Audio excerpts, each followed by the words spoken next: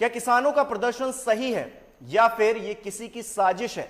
MSP की guarantee देने में सरकार को आफत क्यों आ रही है?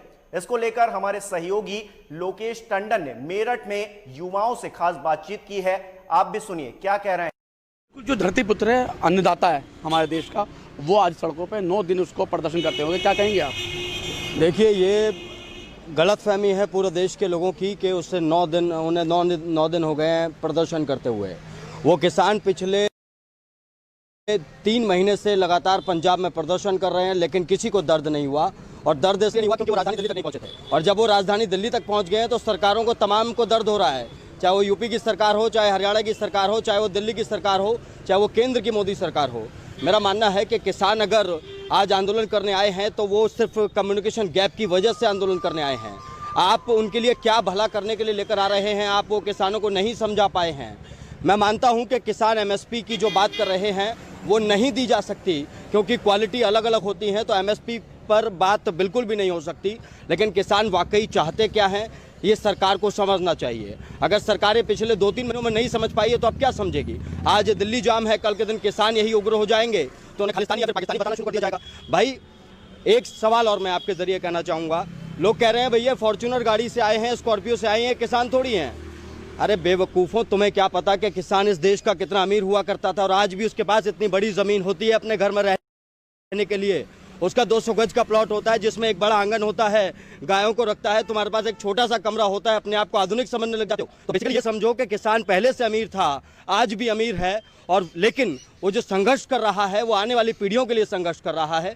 सरकार को उसे समझना चाहिए, सरकार को उन तमाम चीज़ों का समाधान भी करना चाहिए। नकुल जी, आपने एक बात कही खालिस्तानी वाली, तो तमाम तस्वीरें खालिस्तानी की भी सामने आई हैं। लेकिन उसके अलावा अगर मैं बात करूँ किसानों के इस आंदोलन के तरीके की मैं बात करूं, क्योंकि यातायात भी बाधित हो गया है और जो सब्जियां हैं जो आम जनमानस के लिए ज़रूरी है वो भी बाधित हो गया और कहीं ना कहीं व्यापार पे बेफर्क पड़ रहा है। क्या कहेंगे आप इसको देखकर? देखिए, आज कुछ दिनों के लिए सब्जी बाधित हो गई, व्यापार बाधित हो गया, लेकिन उन किसानों से समझिए जो किसान अपनी फसलों को उगाते हैं, सालों तक उस पर मेहनत करते हैं, उसके बाद जब वो मार्केट में बेचने जाते हैं तो उनके साथ तमाम तरह की चीज़ें होती हैं।